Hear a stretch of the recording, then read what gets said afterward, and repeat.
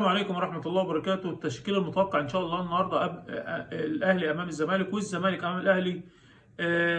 طبعا بعض الصحف كولر طبعا قافل على التشكيلة وقافل على اللعيبة وقافل على حتى عودة المصابين أو لأ والكلام من ده، بس إحنا هنقول متوقع النهارده من بعض المحللين، وأنا أقول توقعات إن شاء الله ويا رب تكون صادقة. أول حاجة بتمنى الفوز النهارده للنادي الأهلي، وأقول التشكيلة في حراسة المرمى محمد الشناوي، ديت التشكيله المتوقعه من النادي الاهلي. طبعا لا بديل عن محمد شناوي. محمد شناوي احسن لاعب في افريقيا للاعبين مش للحراس بس. خط الدفاع علي معلول، رامي ربيعه، محمد هاني، خالد عبد الفتاح المعار من سموحه. خط الوسط مروان عطيه، اليو ديانج. خط الوسط الهجوم حسين الشحات، احمد عبد القادر، محمد مجدي قفشه. خط الهجوم محمود كهربا.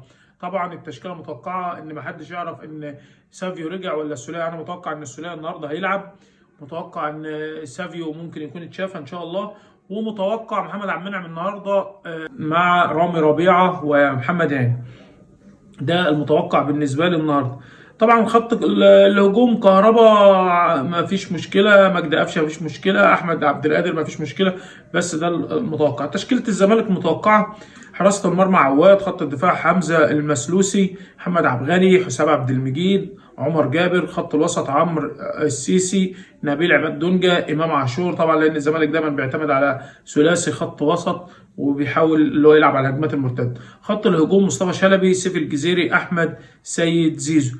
انا متوقع النهارده للزمالك كمان ما يلعبش او يلعب مصطفى شلبي احتياطي، وهيزود نص الملعب، ممكن يزود لاعب زياده، لان هو فيريرا في الاوقات الاخيره ان هو بيلعب على الهجمات المرتده. هنرجع للنادي الاهلي ان شاء الله في بعض التصريحات اللي طلعت من يومين.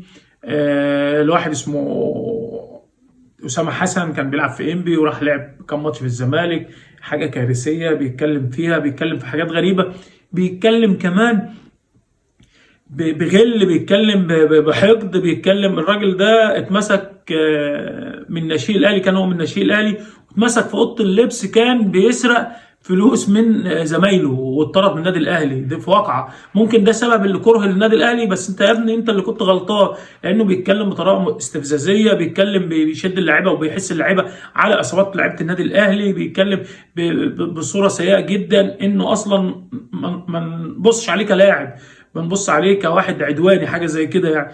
عموما يعني ربنا يهديه وربنا يهدي الناس ديت. خالد الغندور في احدى تصريحاته طلعت اسف لمحمود الخطيب واداره النادي الاهلي، وده حاجه غريبه. التصريحات الغريبه ديت ربنا يكون هداها. نرجع نتكلم ان شاء الله النتيجه النهارده بتاع النادي الاهلي. انا متوقع النهارده بفارق 3 اهداف للنادي الاهلي ان شاء الله النهارده، فوز الاهلي بنتيجه كبيره.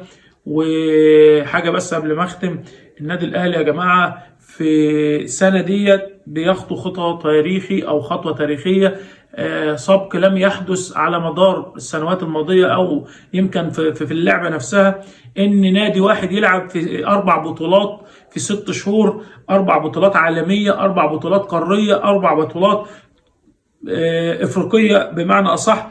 النادي الاهلي هيلعب في اول فبراير كاس العالم للانديه، بيلعب السوبر الافريقي طبعا هتكلم فيه كمان شويه برضو. السوبر الافريقي هيلعب في بطوله افريقيا، ده 3 بطولات، وهيلعب في دوري ابطال افريقيا برضو السنه الجايه في اغسطس. يعني احنا بنتكلم ان النادي الاهلي بيلعب في 4 بطولات في 6 شهور ان شاء الله، من شهر 2 لشهر 8 الجاي هيلعب في حوالي 4 بطولات، ولو كسب الافريقي ده ممكن يلعب كمان في السوبر الافريقي للمره الثانيه. عموما السوبر الافريقي اللي حدث التاريخ اللي هو بيتعمل، الشركه الراعيه الشركه الايطاليه مع الفيفا والاتحاد الكاف كانوا في النادي الاهلي عشان نعرف قصه السوبر الافريقي. السوبر الافريقي دلوقتي بيتعمل كان مصروف عليه 100 مليون او 125 مليون، فالمفروض السوبر الافريقي ده هيتاخد يبقى 24 نادي، واحنا اتكلمت في فيديوهات سابقه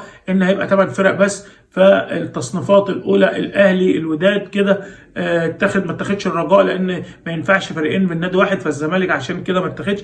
طبعا الشركه الراعيه واتحاد الكاف والفيفا، مندوبين من الفيفا كانوا في مقر النادي الاهلي مدينه نصر من يومين، واتكلموا مع مسؤولي النادي الاهلي وعرفوا ايه بعض المتعلقات، وفي حدث تاريخي هيحصل في اول مباراه للنادي الاهلي في كاس العالم للانديه. ده حاجه برضو من ضمن ان الناس ديت بتسمع للنادي الاهلي، وده شيء يشرف الكره المصريه ويشرف الكره الافريقيه. ده لو الاتحاد المصري يحب يتشرف بالنادي الاهلي. عموما يعني عشان نتكلم باستفاضه، النادي الاهلي اول شيء هيتعمل في كاس العالم في مباراته مع اوكلاند سيتي الاولى في فبراير، ان هيبدا حكم الفار يبقى ليه سماعات معينه في الاستاد، نسمع الجماهير تسمع ان الفار بيتكلم. ده اول شيء. السوبر الافريقي كلموا مع النادي الاهلي، قلنا اتخفضت المبالغ ل 25 مليون. الاهلي في حدث كبير جدا ممكن يخش خزنته 7 مليون دولار في 6 مباريات فقط لا غير، لان الوقت هيتلعب لقاء ذهاب وعوده مع كل مباراه، فهو يعتبر 6 مباريات. 6 مباريات ممكن الاهلي ياخد 6 مليون ان خد المركز الاول، و1 مليون لكل فريق من الثمانيه اوريدي موجودين. الثمان فرق كل واحد واخد مليون بسبب المشاركه بس. الاهلي هيلعب تصنيف اول مع تصنيف ثاني من الثمان فرق، مثلا وليكن مثلا مازيمبي مثلا او اي فرقه، المهم يلعب ذهاب وعوده. الاول العوده هتبقى عند الاهلي، لان التصنيف الاول العوده هتبقى عنده، التصنيف الثاني هيبقى الذهاب عنده. فالاهلي الفايز من هنا هيقابل الفايز من مباراتين تانيين، وكده يبقى الثمان فرق بيصفوا مع بعض 4 مباريات، وبعدين اللقاء الاخير ذهاب وعوده يكون 6 مباريات ان شاء الله. والاهلي يتوج ب7 مليون دولار يخشوا خزينه النادي الاهلي، وده سبق برضه قوي جدا في كاس السوبر اللي هيتلعب في الصيف القادم شهر 6. ده حاجه تاريخيه، حاجه للنادي الاهلي.